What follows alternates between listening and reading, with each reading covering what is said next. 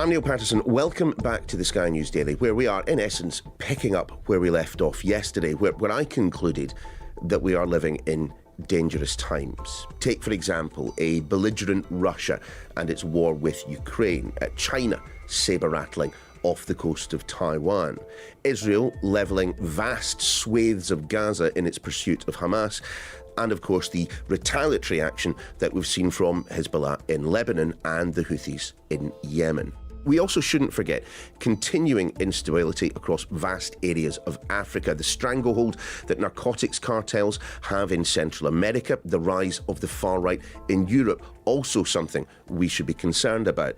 And so, General Sir Patrick Sanders, the head of the army, well, he said back in 2022... This is our 1937 moment. Referencing, of course, that period leading up to the Second World War, where some countries, certainly not all, ramped up their spending on defence. Now, with just 6 months left in his role as Chief of the General Staff, Sir Patrick has issued another warning that such is the state of the army, if the country were to go to war, the public would have to be called up to fight. In a word, and for many it is an uncomfortable word, conscription. We will be getting the views in a little while of Sky's military analyst, Professor Michael Clarke. But first, though, we'll bring in Sir Michael Fallon, who was appointed Defence Secretary by David Cameron back in 2014 and held the post until his resignation in 2017. Sir Michael, great to have you on the podcast. I suppose we should start first and foremost with the comments of General Sanders. Is he accurate? If the United Kingdom were to go to war right now, would conscription be required? First of all, he's our most senior soldier. He's a general that I listened to a lot when I worked in the Ministry of Defence, and we should take his warning extremely seriously. Second, the services, particularly the Army and the Navy, are under-recruited at the moment. They're under strength, and there have been issues with getting enough crews onto the Royal Navy ships and making sure that, we have enough troops to be able to send them where they're needed around the world. So it's a warning, and it's a warning we should pay heed to. Have these problems not existed within the armed forces for some time, in fact? Yes, I think there's always been a problem when we're no longer fighting as a country, and we stopped active military operations. If you remember, back in Afghanistan, we stopped those in 2014. So for 10 years now, we haven't been out there ourselves with our troops fighting on the ground, and recruitment then is always slightly more difficult when people can't see an active pattern to join. It's not just the regulars that there's a problem with, the reserve forces as well, a problem highlighted by General Sanders. I thought the plan was that as we were drawing down the numbers in the regulars, the reservists would be boosted and that would be the bulwark. It still takes a long time to join the reserves. It still takes a long time to join the army. We need to look at why it takes so long and speed these things up, because we're competing with other very attractive careers, and we need to make sure that younger people feel that if they do sign up, then they're going to be properly looked after. How much of a problem has retention been? Retention is an issue. The old idea when you joined up for maybe 20, 30 years, you learned to trade and you might have a short career after you'd retired from the army, or you might just simply retire. That's gone now. I think younger people are looking for more flexibility. They're looking to be able to change what they're doing in their 30s and their 40s. They don't want to be locked away for very long periods of employment. So the whole thing, I'm afraid, has got to be more flexible than the military have been used to. It's got to be better pay, better housing, better allowances, and a more flexible career structure so that people can leave and then perhaps come back again after they've done something else on the civilian side. Is conscription then the answer? A number of European countries, interestingly, are now looking at part conscription. Even France has been looking at, encouraging some form of military service for younger people when they leave college. And, you can have this, either way. If you don't boost defence spending sufficiently, and we haven't been in a time of multiple wars and conflicts like this at any point this century until now, if you don't boost defence spending to be able to crew your ships and to have troops available, then you've got to look at more at other methods. And sooner or later, if the military can't improve the way they recruit, then if it comes to conflict, obviously they will have to look at other methods. It was one of the things that Donald Trump did get right when it came to NATO, that there were plenty of member states that were not contributing enough to their defence spending. The mantra from central government here has always been that we have done so. So we presumably need to be spending significantly more then, going by what you're saying, than 2% of GDP. 2% was the minimum, and that target, by the way, was set back in 2014 at a NATO summit in Wales, and we all agreed we would spend 2% by 2024. That's this year. It was a 10-year target. But if you look at NATO, you find that only 9 of the 30 members actually spend 2%. We're one of the good guys. But at least half of NATO doesn't even spend 1.5%. And this isn't, by the way, something that just Trump invented. This was Obama who was at the Wales summit saying you've got to spend more. The Americans have been saying this for a very long time.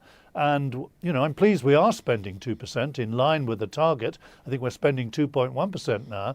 But really, we do need across Europe to be spending more now. We have a war going on our own continent. We have our own trade route being attacked in the Red Sea. So, we are at risk unless we boost our defence. Clearly, Sir Patrick is no fan of conscription. Where do you stand on the issue, and why is it something that senior military figures always seem to kind of push back against? They also push back any idea of reintroducing national service for people, of that age group that we only abolished, 50 years ago, because they don't want unwilling recruits. But the problem now is the numbers are getting, in my view, are getting dangerously low. We see the army now reduced again in strength. The army is under-recruited anyway. It hasn't recruited up to the level that some regiments should be at. And we have some serious shortages in the Navy. So, Sir Patrick is right that unless we address the budget issue and agree that whatever the other priorities are, and there are certainly plenty of other claims for more spending, whatever those priorities are, the first priority for any government must be to make sure our defence is sound, and that means a bigger budget. And when you use a phrase like, dangerously low, in relation to protection of the realm, I suppose what the point you are making is that if this continues, the country is not safe, that the government is failing in one of its most fundamental responsibilities to protect its people. Yes, we have to protect our people, and that means protecting their energy supplies in the Middle East. That means protecting our trade routes when it comes to the Red Sea. And that means we have an interest, too, in helping to protect democracies in Europe and ensuring that somebody like Putin doesn't continue to invade other countries, because we now know, we learnt twice in the last century, where that leads. So, yes, government does have a duty to keep people safe, and we're at a very dangerous point now. I think the most dangerous point in this century so far. So when the Chief of the General Staff makes this point, it surely rests on us going to war with Russia. Do you feel that is not the remote possibility that, I would argue, most of the British public probably think it is right now? You didn't find it remote if you were living in Ukraine a couple of years ago when the Russians came over the border. It wasn't remote when they invaded Georgia. It hasn't been remote when they've mounted cyber attacks on other countries, including the Baltic states. So this is real. This is happening now on our continent. We see a very direct threat. There's a threat to Georgia, to Moldova, and indeed to the Baltic states. I still continue to visit these Eastern European countries. They feel very threatened by what is happening in Ukraine. And they are very clear that unless we help there, unless we defend democracy on that side of Europe, sooner or later, we're going to be under threat ourselves. Where has the contingency planning been? I mean, thinking even back to your time at main building of the MOD, occasionally stories would make their way into the press that would be used to beat the Defence Secretary, which was just proper contingency planning for remote possibilities, but contingency planning nonetheless. I mean, at the moment, we have 2 aircraft carriers doing hee-haw. We have an army that has been taken down to historically low levels. I mean, the Navy just in general is nowhere near the capacity that it had even a handful of years ago, in fact. Why has this been allowed to happen, do you think? Defence definitely suffered under the austerity cuts that were necessary back in 2010. If you remember the financial crisis then, there were cuts right across the public services, and Defence had to take a share of that. In my time, we started to reverse that. We started to increase the defence budget. We started to build more ships. These things take a long time to turn round. But there's no question now that since then, the world has become a more dangerous place.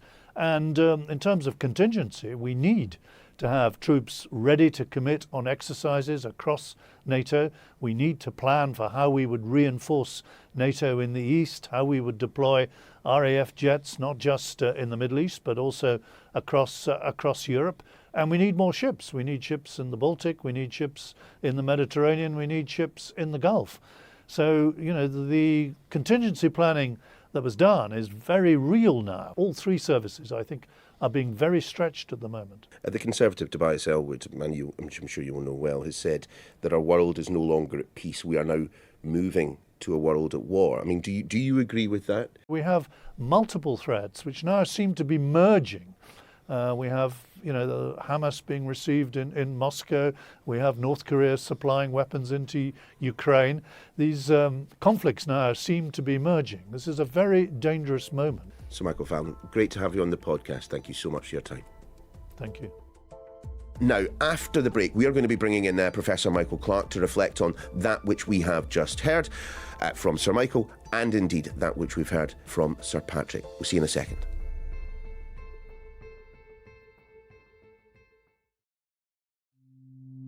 Welcome back. Now, as mentioned, these warnings from General Sanders certainly haven't appeared out of thin air. Here's what he was saying all the way back in 2022. This is our 1937 moment.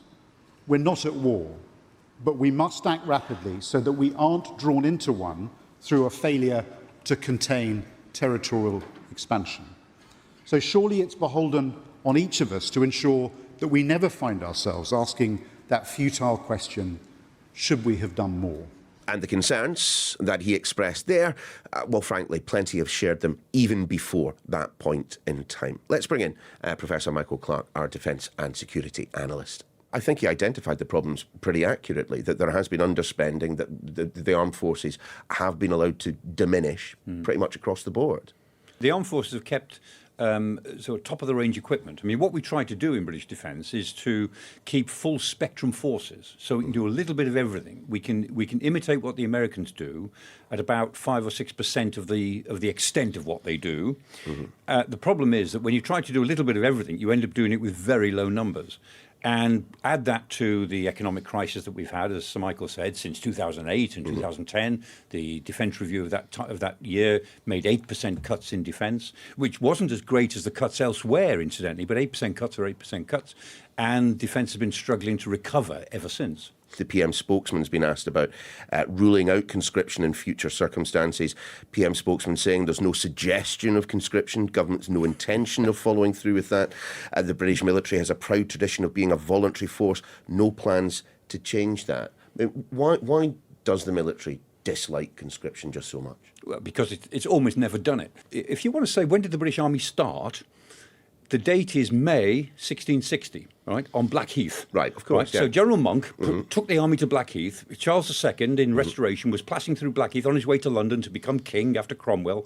And the army paraded on Blackheath and pledged themselves to him in May 1660.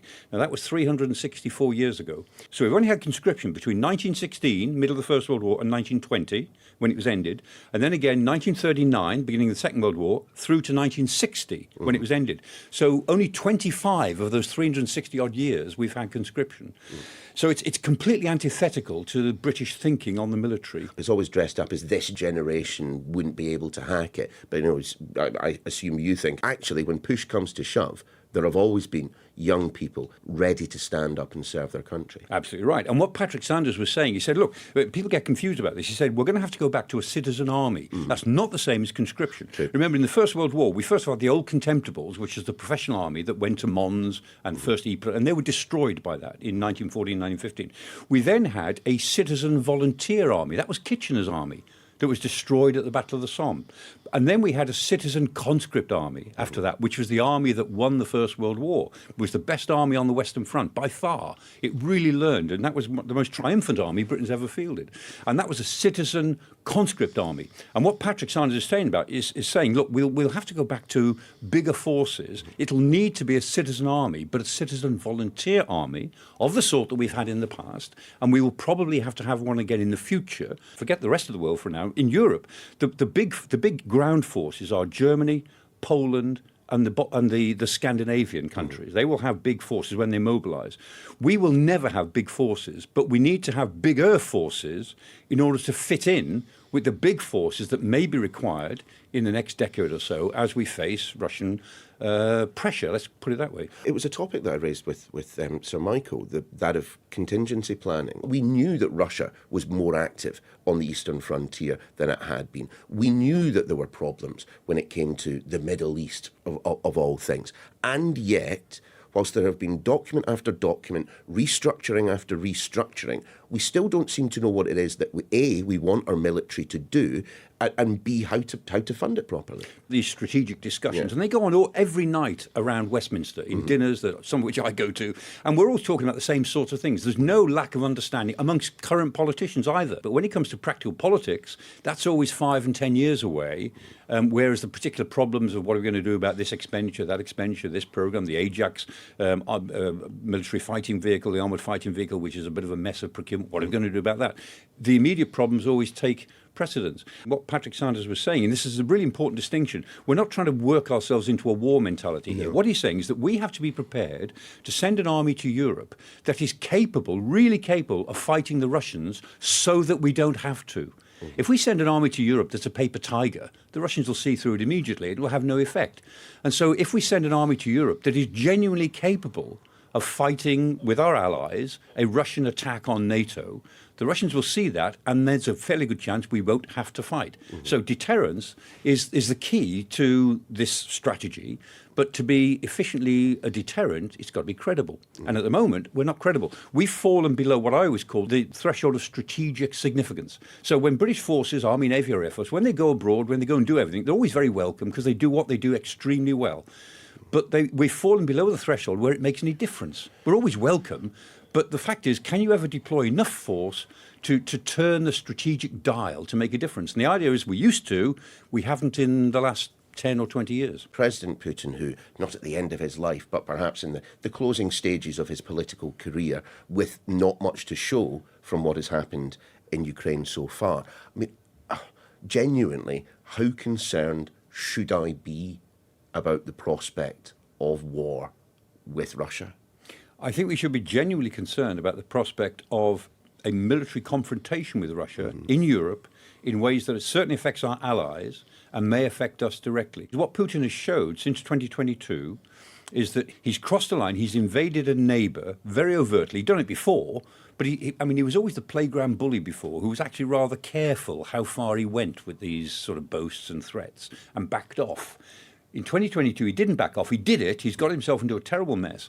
And as we know from the last couple of hundred years or so, the way in which dictators recover from one blunder is usually to make another one somewhere else. And he is on a track where he has to now show that he is going to either die or retire or whatever as one of the great Russians of the 20th, 21st century, in line with Stalin, Peter the Great and Catherine the Great. That's how he sees himself. And he wants something to show for that.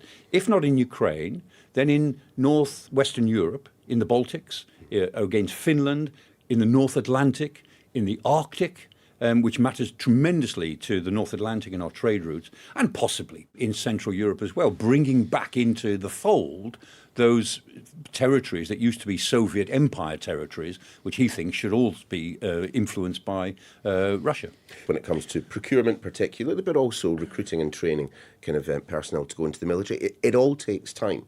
So, Michael, if you were in charge of the next Strategic Defence and Security Review, how would you reshape it? We've got to get past the 4-year spending commitment that the government made, which runs out this year. So we've got to move, in my view, to, say, 3% of GDP on defence. And historically, that would be back towards average. We've got to assume that that is the case. And then we've really got to recruit not so much more equipment. We need more numbers of certain equipments, but we need more people. This was the thing, the statistic that leapt out to me today. We're on track for the military, for the size of the army to be roughly 70,000 spend in the not too distant future, that is the number of special forces, forces staff that the United States has. Yeah, and think about this. During the Cold War, all through the sort of 50s, 60s, 70s, our army was about 180,000, not 70,000. Everybody says, including our own defence secretary, including the secretary of the NATO Military Committee, the German defence minister, the Norwegian, Danish and Finnish chiefs of defence staff, they all say we're moving back into a Cold War situation in Europe. And so we've got to think in terms of maybe going back to saying that the peace dividend is over and we've got to actually spend more. And most importantly, we've got to restructure ourselves on the assumption that we've got to go back to a credible deterrent in Europe. All these things I've said about Putin, the way Putin might go, are much more likely if we carry on as we are. If we're prepared to go back towards a Cold War establishment, and I don't like saying that, but I think that's where we are for the next 30 or 40 years, then we've got a better chance of deterring what would otherwise be more likely to happen. Let's talk about events happening in the past 24 hours. I mean, with Donald Trump winning New Hampshire, and you and I both know that if he is the next president, the future of NATO as an organisation is under significant doubt. Trump is no friend of NATO, and I think if Trump were re-elected, I think NATO, as we know it now, would start to self-destruct, because certain countries would immediately start to do deals with Russia on the assumption that NATO would be destroyed, and so they'll pull away from it, particularly in the south of NATO. And I think NATO will find itself becoming a sort of North European grouping. Poland, the Scandinavian countries, Netherlands, Denmark, Britain would all be very strong on NATO. Germany would do what it does best, which is dither. The French would come up with a plan that nobody understood, and that was based around French national interests, not common interests. I mean, that's the way they are at the moment. And so NATO would look pretty sick after 1 or 2 years of a Trump presidency without Trump actually doing anything. And if he is elected, then Britain is one of the countries that really does have to step up to the plate. So NATO is still the most impressive alliance the world has ever seen, ever in world history. It's an astonishing organisation. But like all astonishing organisations, it could actually collapse very quickly if the members of it don't think about what it really means and are prepared to put the backing behind it when it's required. Let's finish where we started then, with General Sir Patrick Sanders' comments about the state of the army. And I mean, can we point a finger of blame for what I think we both would agree is the kind of the parlous state of our armed forces right now, or is it more a case of death by 1,000 cuts? The era that we've lived through is changing, and that comes hard to our understanding. In the 1970s, we spent about the same on defence as we spent on health. That was the Cold War. By the year 2000, we were spending half as much on defence as we spend on health. By 2020, we're spending a quarter on defence what we spend on health, and that's the peace dividend. That's absolutely fine in times of peace. But if we now think we're moving into times of potential war, the peace dividend is over. We've got to rebalance, and I'm not saying we've got to cut the health budget, but somehow we've got to find more money for a defence establishment which looks more like the Cold War one we had in terms of size and extent, if we are to deter the war which otherwise looks every year as if it's coming closer to us down the track. Certainly does. Michael, always great to have you on. Thanks very much indeed. And that is your lot for this special edition of the Sky News Daily. We'll see you again next time.